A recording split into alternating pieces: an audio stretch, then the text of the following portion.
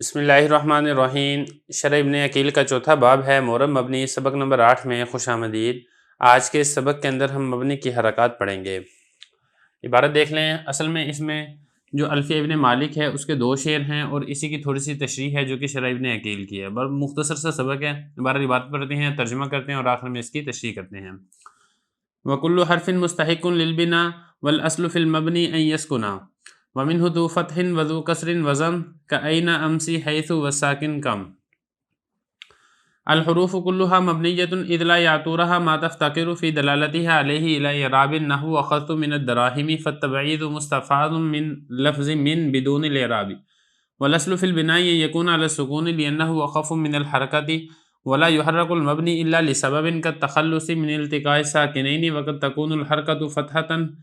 كأين وقام وإن وقد تكون كسرة كأمس وجيري وقد تكون ضمة كحيث وهو اسم ومنذ وهو حرف إذا جررت به وأما السكون فنحو كم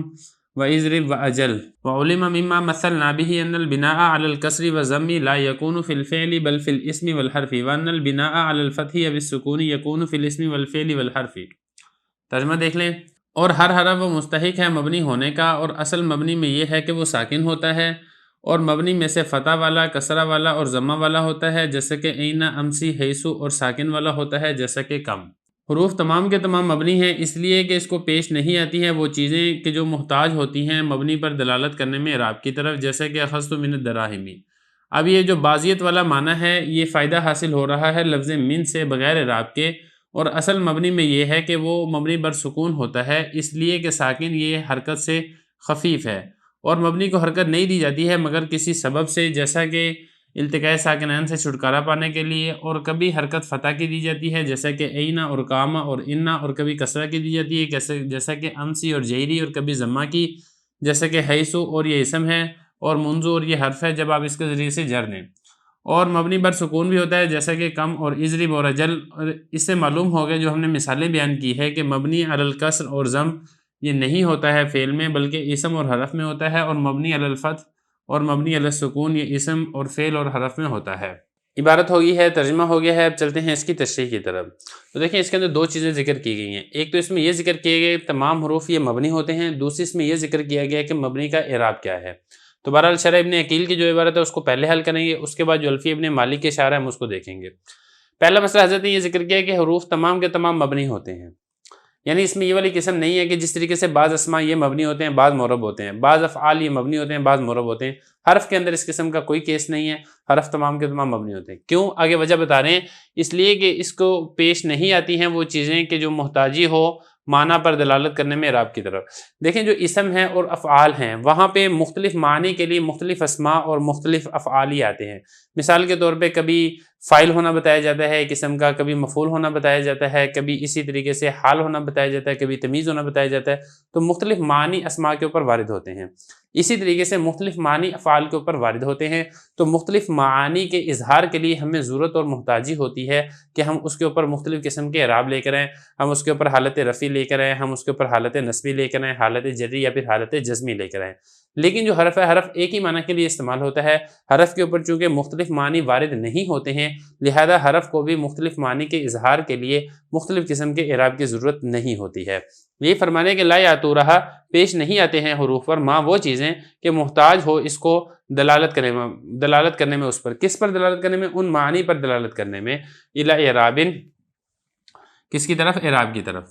نحو اخذت من الدراہم، مثال کے طور پہ اب یہ دیکھیں نا، اخذت من الدراہم میں نے دراہم میں سے کچھ درہم لیے۔ اب یہاں پہ دیکھیں جو بازیت والا معنی ہے، کچھ والا جو معنی ہے یہ حرف من سے ہی سمجھا جا رہا ہے۔ یہ فرما رہے ہیں کہ جو تبعیض یعنی بعض دراہم لینے والا جو معنی ہے مستفاد، یہ فائدہ حاصل ہو رہا ہے لفظ من سے ہی بدون الاعرابی بغیر اعراب کے۔ یہاں پہ اس یعنی جو بازیت والا معنی ہے یہ معنی بتانے کے لیے اس کو کسی قسم کے اعراب کی ضرورت نہیں ہے۔ آگے حضرت نے فرمایا ہے والاصل فی البناء یکون علی السکون،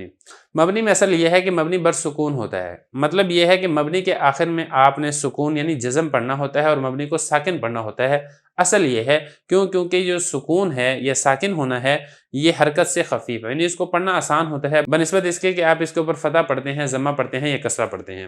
یہ فرمایا کہ اصل مبنی میں یہ ہے کہ مبنی بر سکون ہوتا ہے اس لیے کہ حرکت سے خفیف یعنی ہلکا اور آسان ہے اس کو پڑھنا۔ البتہ بعض اوقات مبنی کو حرکت بھی دی جاتی ہے، لیکن جو مبنی کو حرکت دی جاتی ہے اس کا کوئی نہ کوئی وجہ ہوتی ہے، کوئی نہ کوئی سبب ہوتا ہے، وگرنہ اصل کے اعتبار سے جو مبنی کی حرکت ہے وہ یہ ہے کہ مبنی ساکن ہوتا ہے، مبنی کے اوپر حرکت نہیں ہوتی ہے۔ یہ فرمانے ولا یحرک المبنی الا لسبب، اور مبنی کو حرکت نہیں دی جاتی ہے مگر کسی سبب کی وجہ سے، مثال کے طور پہ کالتخلص من التقاء الساکنین، جیسے کہ التقاء ساکنین سے چھٹکارا پانے کے لیے۔ بعض اوقات ایسا ہو رہا ہوتا ہے کہ اگر آپ مبنی کو حرکت نہیں دیتے ہیں تو التقاء ساکنین ہونا لازم آتا ہے، تو اس سے بچنے کے لیے مبنی کو حرکت دے دی جاتی ہے۔ اور یہ جو حرکت دی جاتی ہے مبنی کو، کبھی تو فتح کی حرکت دی جاتی ہے، جیسے کہ اینا میں اگر آپ دیکھیں گے تو اس پہ حرکت فتح کی ہے، اور اسی طریقے سے کاما میں دیکھیں گے اس کے اوپر بھی حرکت فتح کی ہے، انا میں دیکھیں گے تو اس کے اوپر بھی حرکت فتح کی ہے، انا ہے تو اس کے اوپر بھی حرکت فتح کی ہے۔ اور کبھی جو حرکت دی جاتی ہے کسرہ کی دی جاتی ہے، جیسے کہ امسی پہ کسرہ ہے، جیری پہ کسرہ ہے، اور کبھی یہ حرکت ضمہ کی دی جاتی ہے، جیسے کہ حیثو پر ضمہ ہے،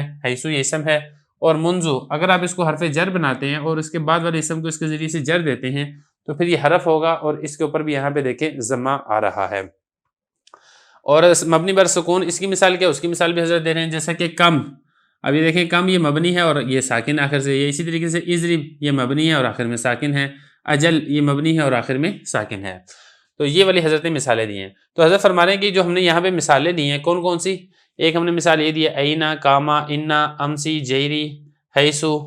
منذو، کم، اضرب، اجل۔ اس سے یہ والی بات معلوم ہوئی ہے کہ مبنی بر کسر یعنی مبنی کے آخر میں کسرہ ہو یا مبنی کے آخر میں ضمہ ہو، یہ فعل کے اندر نہیں آتا ہے۔ یعنی خلاصہ کلام یہ ہے کہ حرف ہو تو اس کے آخر میں ضمہ بھی آ سکتا ہے، مبنی پر کسرہ بھی آ سکتا ہے، اسی طریقے سے اسم ہے تو اسم کے آخر میں بھی ضمہ اور کسرہ آ سکتا ہے، لیکن اگر فعل مبنی ہے تو اس کے آخر میں ضمہ اور کسرہ نہیں آ سکتا ہے، کیونکہ جتنی مثالیں حضرت نے دی ہیں یہاں پہ کسی فعل کے آخر میں ضمہ اور کسرہ نہیں ہے۔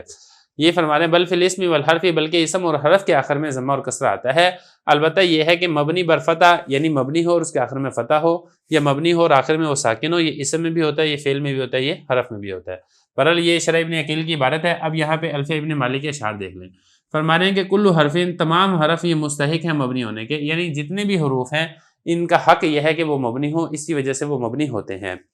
والاصل فی المبنی یسکن، آگے حضرت نے فرمایا کہ مبنی میں اصل یہ ہے یسکن، یہ کہ وہ ساکن ہوتا ہے، وہ اس کے اوپر حرکت نہیں آتی ہے۔ ومن حذوفۃ، اور بعض مبنی ایسے ہوتے ہیں جو فتح والے ہوتے ہیں یعنی اس پہ فتح ہوتا ہے، اور بعض کسرہ والے ہوتے ہیں یعنی اس پہ کسرہ ہوتا ہے، اور بعض ضمہ والے ہوتے ہیں یعنی اس پہ ضمہ ہوتا ہے۔ آگے پھر حضرت نے ایک ایک کی مثال دی ہے، اینا یہ مبنی بر فتح ہے، امسی یہ مبنی بر کسر ہے، حیثو یہ مبنی بر ضم ہے، بس ساکن، اور ساکن کی مثال کیا ہے، جیسا کہ کم، اب یہ دیکھیں مبنی بر سکون ہے یعنی اس کے آخر میں ساکن ہے۔ تو یہ دو اشعار ہیں اور اس کی مختصر سی تشریح ہے جو کہ آج کے سبق میں مکمل ہو گئی ہے۔